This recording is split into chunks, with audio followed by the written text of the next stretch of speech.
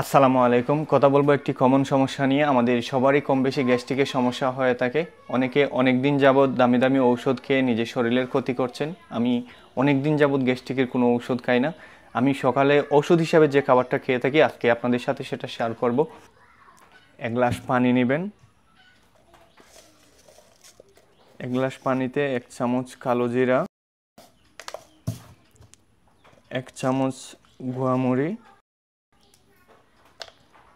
এবং কয়েকটা লঙ্কা নেবেন। তারপরে এই মিশ্রিত পানিগুলো একটা পাত্রে নিয়ে আপনি